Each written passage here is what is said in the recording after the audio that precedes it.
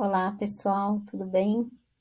Eu sou Simone Coelho, eu sou formada em Administração e Psicologia, com especialização pós na área de Design Instrucional, e quis trazer para vocês um assunto muito importante, um tema polêmico, que eu tenho vivido aí e visto nas discussões dos grupos, e aí eu resolvi falar um pouquinho sobre esses temas, esses problemas que nós, DIs, temos encontrado aí em processos seletivos, para que a gente se una, né?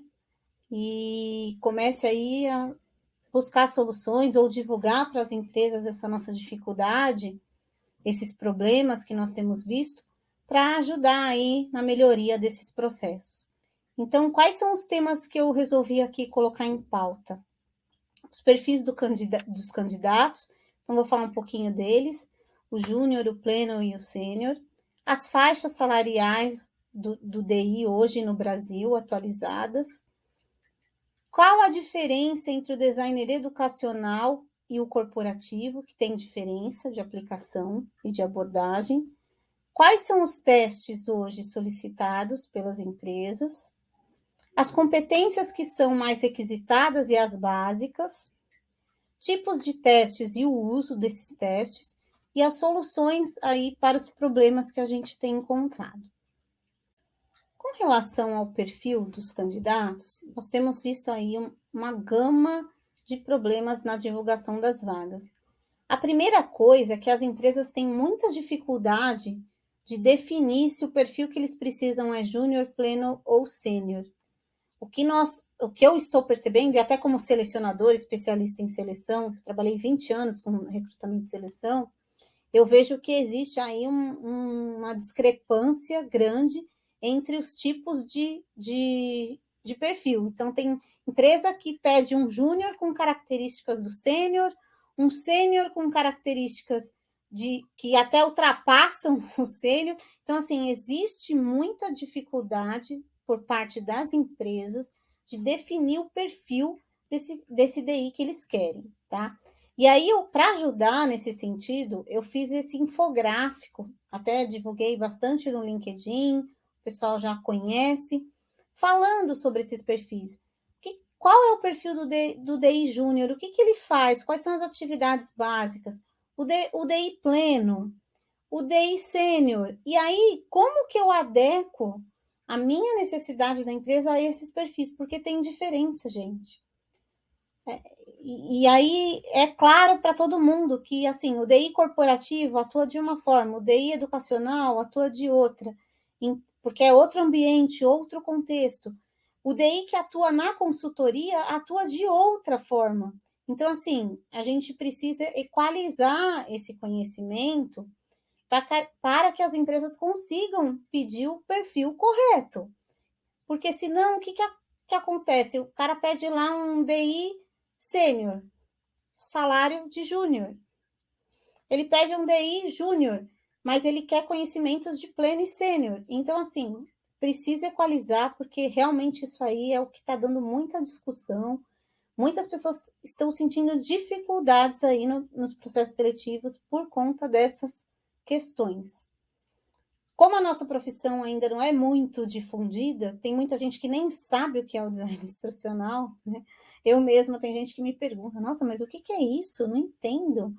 As pessoas não sabem. Então, a gente precisa aí assumir esse papel como DI, como várias pessoas já do nosso meio assumem, para divulgar essas informações e ajudar essas empresas a buscar o perfil mais adequado e se equalizar no mercado, para que cada empresa peça exatamente o perfil que precisa, nem mais, nem menos, tá? Que é muito importante isso. E aí, a gente precisa avaliar muito a questão da experiência. Muitas empresas não contam com as experiências anteriores. E quem é DI sabe, a gente que já passou por algumas empresas, sabe que cada empresa tem um perfil, cada empresa trabalha de um jeito, o DI não é igual, né? Por mais que a gente tenha aí as competências básicas e as atividades que são de praxe, o DI ele transita muito em outras esferas. principalmente se ele estiver numa empresa, por exemplo, né? Eu, por exemplo, vim da área de treinamento, de RH. Eu era analista de treinamento e generalista, com seleção. Então, eu já estive do lado de lá, que é só a gestão de ferramentas, a gestão do treinamento das pessoas. Quando você foca no DI, é outra abordagem, é outro. Então, por exemplo, tem muitas empresas que querem um DI que ministre, que nem eu, treinamento sala de aula.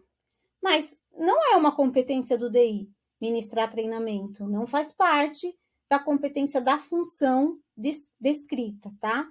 Então, isso já é uma dificuldade, porque as empresas agora estão buscando os analistas de treinamento, que sejam DIs, que ministrem treinamentos, que façam toda essa parte, ou seja, um profissional com várias competências, tá? Eu vou falar um pouquinho sobre isso nas próximas. Eu vou deixar esse link aqui para quem não viu, onde está no LinkedIn, vou deixar depois no canal. E aí, aqui, vamos falar um pouquinho sobre as faixas salariais, né? Muita discussão aí, às vezes nós vemos vagas pedindo até que o DI seja praticamente um funcionário da NASA, né? Com as competências da NASA, e eles querem pagar um salário baixo. Quando você vai ver, muitos participam do processo até o fim, aí depois vê a faixa salarial, porque a empresa não abre antes, que é um problema, e aí acaba aí se perdendo e perdendo tempo, porque a empresa perde tempo, o candidato perde tempo e não tem o que fazer.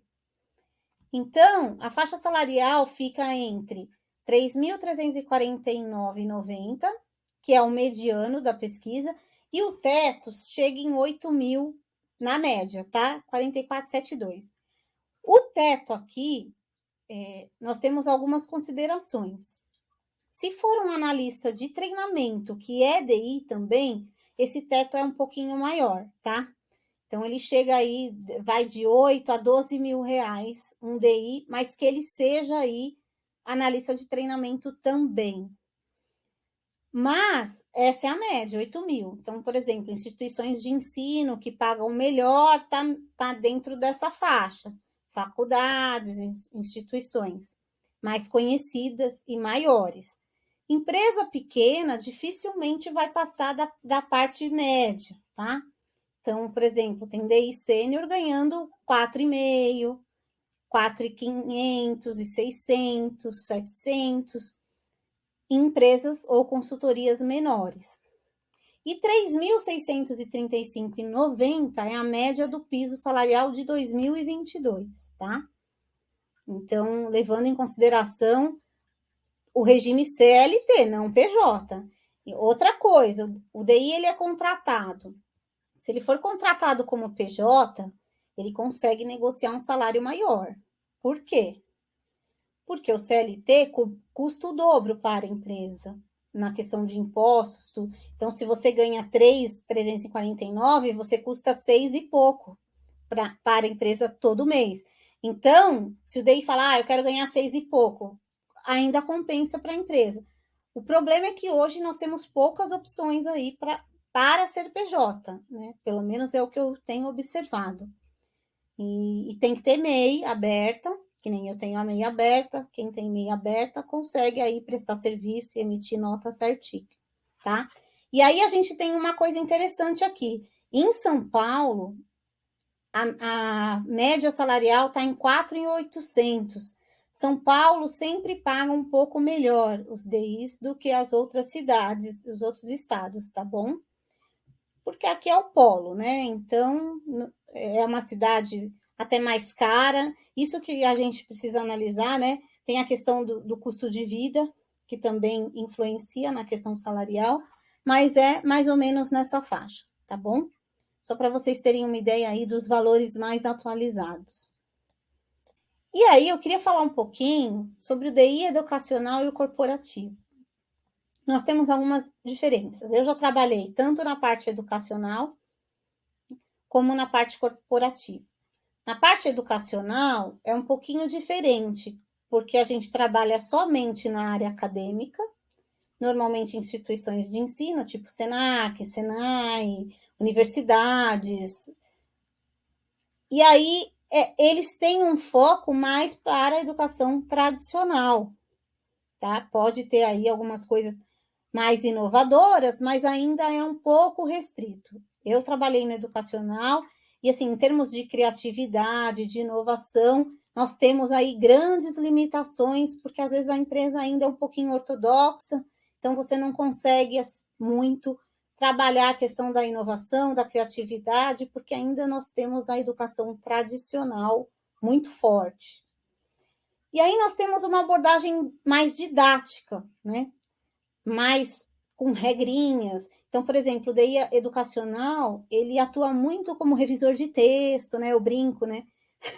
Eu falava lá no Senac que a gente fazia TCC, porque a gente tinha que fazer toda a revisão do material que é para a editora, das aulas, não era só fazer a videoaula, a aula narrada, o infográfico, a parte legal do DI, a gente tem que fazer revisão de texto, tem que fazer uma série de coisas, atividades burocráticas que o acadêmico exige que sejam feitas. Então, é uma abordagem um pouco diferente, é mais tranquilo, tem uma rotina mais simplificada, o DI educacional. Já no DI corporativo, as empresas aí buscam inovação, criatividade, novas formas de engajar as pessoas, porque treinamento tem muita gente que corre de treinamento, principalmente dentro de empresas, se fala, vai ter um treinamento, você fala, nossa, mais um treinamento. Então, as empresas aí hoje estão muito em busca do DI na área corporativa, mas o DI nessa área, ele tem que ter um perfil mais criativo, mais inovador, mais disruptivo, menos rotineiro, tá? Então, essa é a grande diferença que eu vejo. Por quê? Porque está voltado para as questões da universidade corporativa, das trilhas de aprendizagem. Então, nós precisamos aí ajustar as expectativas. No acadêmico, somos limitados, tem um padrão de funcionamento, um processo específico. No corporativo, a gente já tem mais espaço como DI para criar aplicações, principalmente quem é criativo, que gosta aí dessa parte de inovação, de ferramentas tecnológicas. Então, no DI corporativo se usa muito essa parte, né? É uma abordagem mais disruptiva, nós temos acesso a mais ferramentas, é super indicado que o DI estude muito nessa área, se quiser voltar para o corporativo, porque no corporativo nós usamos ferramentas, softwares, coisas de inovação, tecnologias educacionais atualizadas. Então, é muito importante entender, e cada DI tem um estilo que se adequa melhor. Gente, não tem... eu sou educacional e corporativo? Sou, mas por exemplo, eu gosto do corporativo porque tem mais a ver com o meu perfil. Então, é muito legal se vocês conseguirem identificar qual é o perfil de vocês. Eu sou mais perfil educacional, então vou buscar uma instituição de ensino. Gosto mais de rotina, coisas mais previsíveis, não quero mexer tanto com tecnologia, com inovação, e então você precisa aí ver qual que é o seu perfil, porque cada um de nós tem uma expertise diferente e uma aptidão, né? Tem aptidão. Nós desenvolvemos, claro, a parte técnica, mas eu digo que a pessoa tem que descobrir o que ela gosta, o que ela quer fazer, o que ela faz de melhor. Isso é extremamente importante. E não é papo de coach, tá? Eu sou coach, mas não a questão isso é uma verdade. Enquanto a gente não descobre o que a gente realmente ama fazer, o que a gente gosta de fazer como trabalho, como profissão, a gente não consegue aí se colocar da melhor forma, tá bom? Então, o ideal é sempre estar aí buscando essas respostas. E aí, nas grandes empresas, a gente tem já um teto aí, uma média de R$ 9.000. Principalmente se o analista, se o DI for analista de treinamento, tá? Com toda uma bagagem, já uma experiência. Então, vocês conseguem atingir essa faixa. Mas a faixa começa em 7.161 em analista na vaga de analista de treinamento sênior, tá? Em São Paulo, gente. Quem mora em outros estados, outras cidades, existe uma variação de valor, sim, tá bom? Legal? Eu queria falar só um pouquinho sobre isso, porque eu acho importante, porque às vezes a pessoa fala, o DI educacional é igual ao corporativo. Não é. E o perfil do DI corporativo é diferente do educacional, tá bom? Aqui, outra coisa que eu coloquei que eu acho importante falar é que o DI educacional, ele precisa ter conhecimento técnico de plataformas, né? Muitas vezes o DI transita aí não só na produção de videoaula, aula narrada, de storyboard, mas às vezes ele precisa administrar uma plataforma LMS, ou ele precisa subir algum conteúdo. Então é importante que ele conheça como funciona o Moodle, as plataformas LMS adaptadas, ou a LXP, que a gente tem pouco aqui no Brasil por causa do alto custo, então poucas empresas já aderiram a essa plataforma LXP, que é gamificada, que é mais voltada para a eutagogia, tá?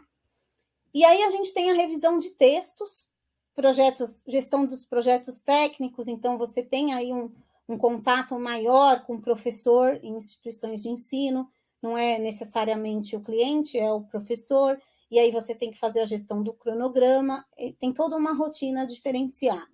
Já no DI corporativo, muitas vezes é solicitado que o DI ministre treinamentos, não só elabore, mas ministre treinamentos em sala de aula, use ferramentas de gestão de treinamento atualizadas, e aí se pede muito a criatividade, inovação, os conhecimentos técnicos, e sempre atualizado, gente. O DI que quiser encaminhar para a área de corporativa precisa estudar constantemente, porque toda hora a gente tem uma tecnologia nova, uma ferramenta, precisa correr atrás, tá?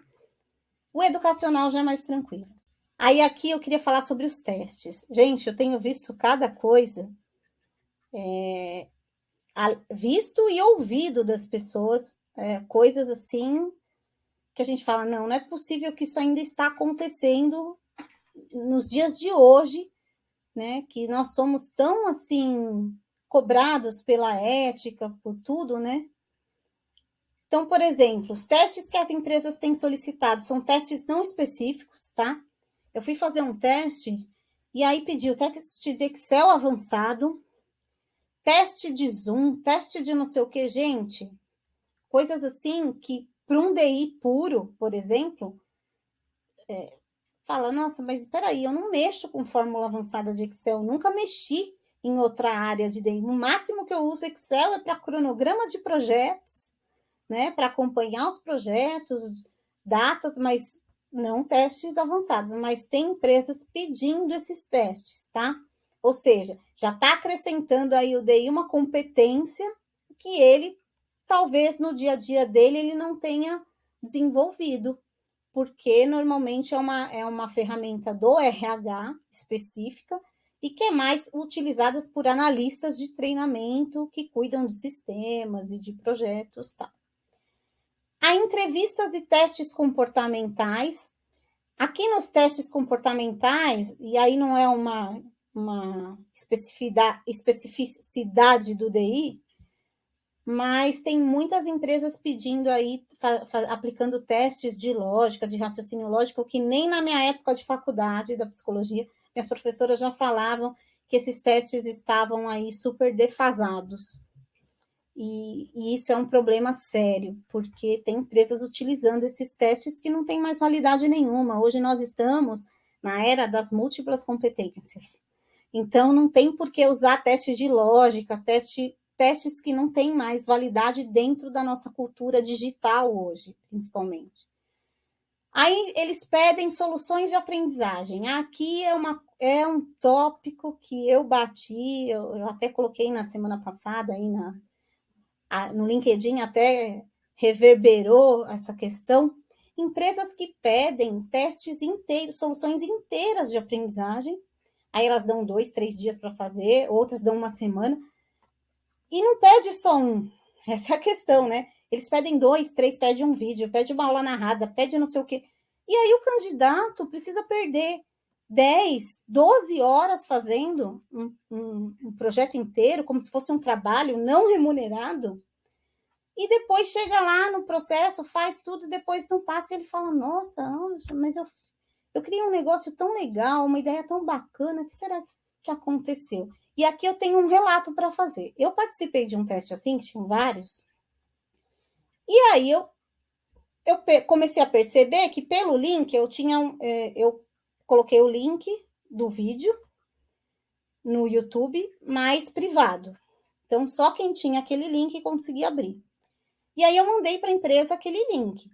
E aí eu comecei a ver que em 3 semanas, primeiro que o processo era extremamente lento, em 3 semanas eles ficavam acessando diariamente o meu teste, o meu vídeo. Eu falei, mas que estranho. E aí eu falei, ué, todo dia vários acessos, só tinha 2 pessoas que trabalhavam na área, por que tanto acesso assim? Eu comecei a achar estranho. Até aí tudo bem. Quando deu 3 semanas, eu falei, olha, eu acho que esse processo já não foi para frente, e como tá tendo muito acesso, eu fui lá e retirei o link, tá? Eu simplesmente desisti. Eu falei, não, nem quero continuar. Por quê? Porque a gente cai na questão de que muitas empresas estão usando as nossas ideias como DI, as ideias que nós apresentamos nos testes, que é um trabalho criativo, é um trabalho autoral, como banco de ideias. Então, eles usam, e aí a gente tem vários relatos, eu tenho uma amiga que relatou aí 2 casos, pelo menos 2 casos sobre isso, que o candidato faz o teste, o DI faz o teste, não é aprovado, e depois ele vê a empresa usar o seu teste, comercializar, montou um curso com a ideia do teste. Então, assim, infelizmente a gente está no Brasil, nós temos aí o jeitinho brasileiro, né, que é horrível, que as pessoas usam os testes. Claro que já me falaram que tem empresas que pagam, se gostaram da sua ideia, pagam para você, que você fez o teste, para poder usar. Mas eu nunca vi, e o que eu tenho visto são só empresas que estão infringindo eticamente esse processo e realmente usando as ideias das pessoas depois. Isso é uma coisa que a gente precisa combater. Por isso que eu defendo muito a questão do portfólio. Quem não tem, busca fazer o seu portfólio. Outro dia mesmo eu falei para a mulher falou assim: você pode fazer um teste? Eu falei, olha, eu tenho meu portfólio. Eu apresento o meu portfólio. Eu não costumo fazer teste, até porque eu não tenho tempo para ficar fazendo teste. E aí, às vezes, as empresas não querem o portfólio porque elas querem a ideia. Então, quando ela insistir muito que ela quer o teste, é por conta da ideia. Claro, gente. Mas a empresa precisa de um testezinho. Mas dá um teste simples, né? Não um teste complexo ou mais de um, que a pessoa precisa ficar dedicando horas e horas, porque é um desrespeito com o candidato, né? A gente não pode esquecer disso, que é a questão do respeito, da ética. Pô, se a pessoa está lá buscando uma oportunidade, ela está participando de vários processos. Eu não posso querer que ela faça teste só para mim, ficar lá 24 horas realizando um teste para mim, só. Então, isso é uma questão bem importante, tá? No meu curso de seleção, eu até falo, se você quer trabalhar como selecionador, a primeira coisa é ter ética, amor pelas pessoas e respeito. Se você não tiver, e honestidade, se você não tiver isso, não adianta, procure outra área, não vá para RH e não vá para a seleção, tá? Porque é muito triste a forma como algumas pessoas, alguns selecionadores tratam realmente os candidatos. E às vezes ele é até orientado por um gestor, mas aí cabe ao selecionador discutir essas práticas, né? Questionar, tá bom? E aí, quando pede objetos de aprendizagem, aula narrada, eles pedem roteiros de vídeo. E aí tem uma coisa, nunca mandem o PPT. Eu mando o link no Google Drive, tá? Por quê? Acabou o processo, você vai lá, você desabilita o link, a pessoa não acessa mais. Claro, ela pode ter feito download? Ai, gente, pode. Infelizmente, a gente não está livre da cópia das pessoas, né? Não tem como. A pirataria é uma coisa cultural, infelizmente, do Brasil e que é difícil de combater, tá? Que nem eu tenho um livro publicado. Uma vez eu fui entrar eu procurei pelo nome do meu livro e aí eu achei lá o livro em PDF. Eu falei, opa, Eu tive que ligar para a editora e falar, olha, vocês viram, tem um site aí que fez um PDF do meu livro. Aí eles foram atrás e depois tiraram. Mas, infelizmente, a gente está no Brasil e isso acontece muito, tá bom? Então, manda o link do Google Drive, acabou o processo seletivo, retira. Eu retirei todos os links desse teste, que eu vi que eles estavam acessando, tudo eu tirei, tá? E sempre deixa no modo privado no YouTube. E aí eu coloquei no modo privado, só que o que eu fiz? Não adianta você deixar no modo privado, porque esse link no modo privado, a pessoa que tem o link, ela ainda entra. Então, o que você faz? Você baixa o seu vídeo, tira do YouTube, porque aí a pessoa não consegue mais acessar. Você faz o download e exclui o vídeo do YouTube, tá? Porque se você deixar lá no privado, a pessoa continua acessando, tá bom? Se for copiar a sua ideia, claro. Aí aqui é importante a gente falar dessa questão dos casos reais.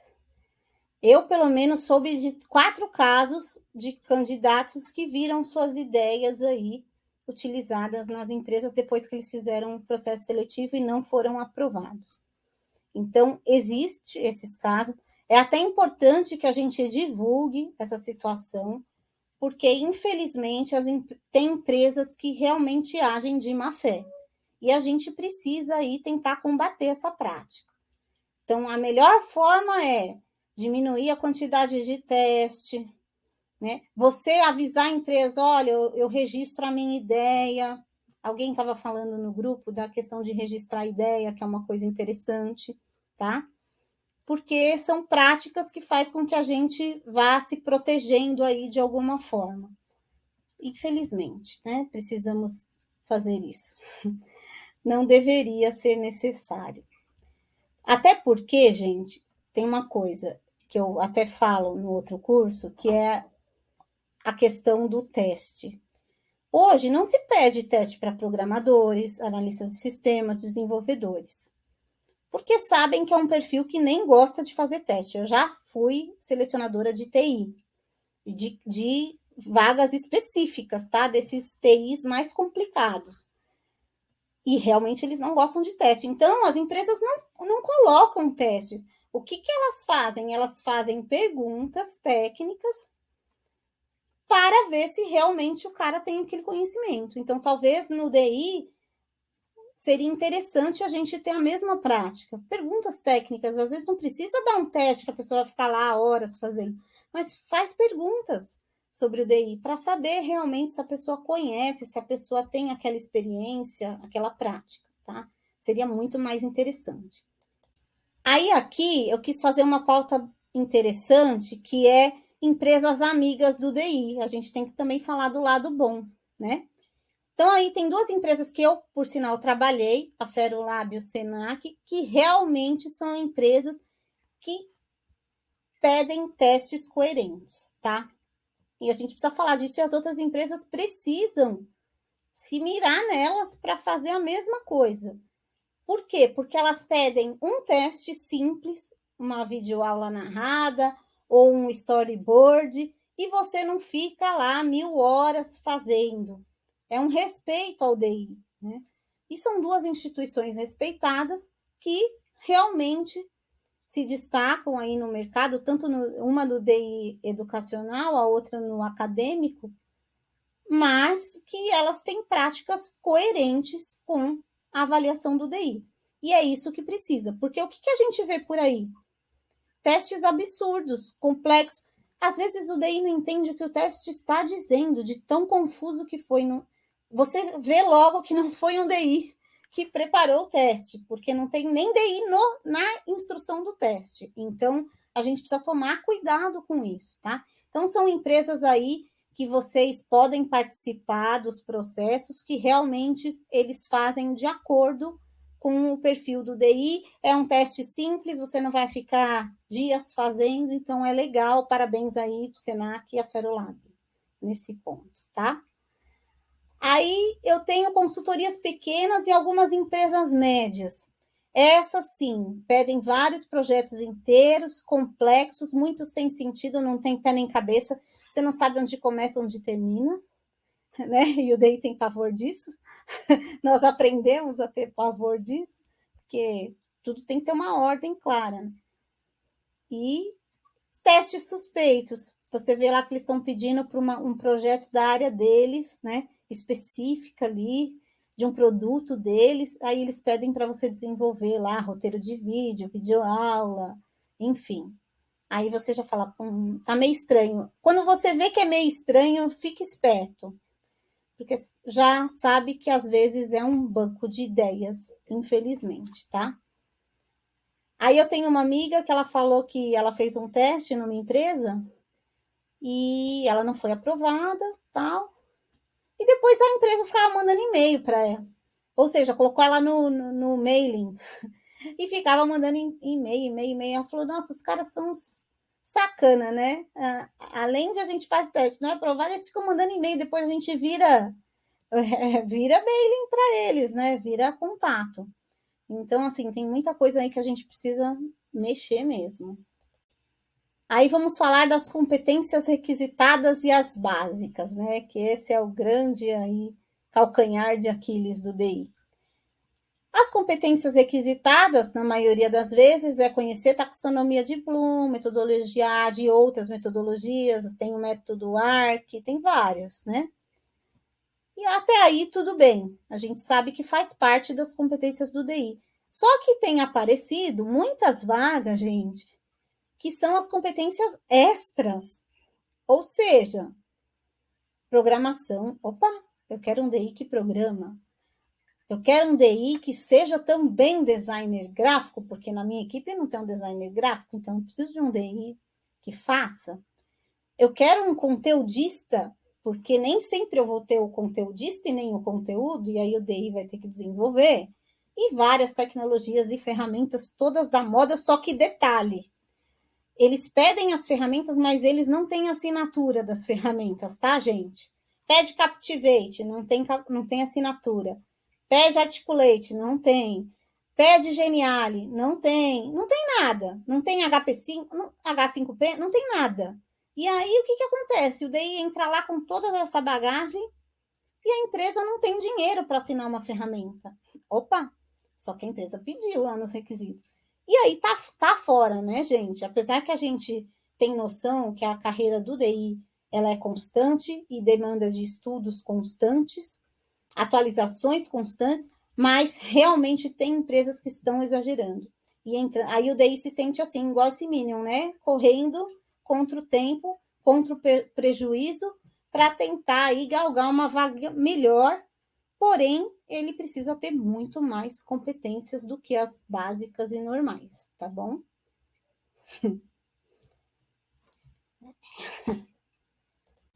Aí aqui, como eu já falei, acho que soluções para esses problemas, para minimizar os problemas dos processos seletivos, é a primeira coisa, portfólio, né?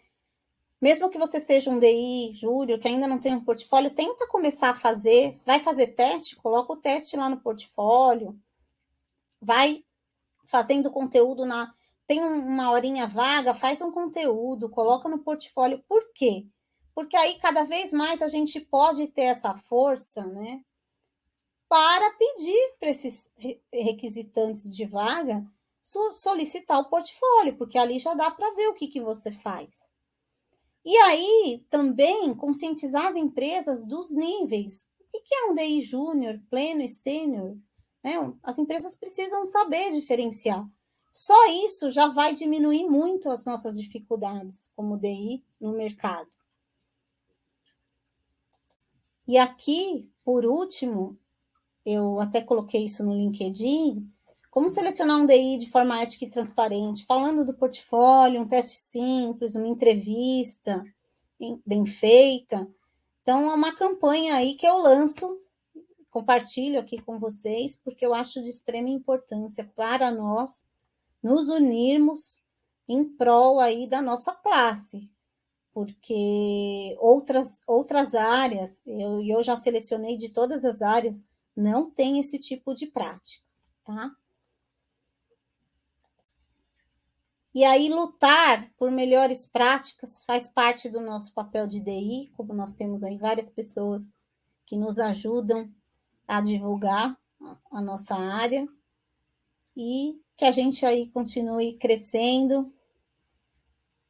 Estamos em alta, é uma profissão que cada vez mais vai ser demandada e que a gente tem que aproveitar isso aí ao nosso favor, tá bom? Obrigada, pessoal. Até mais.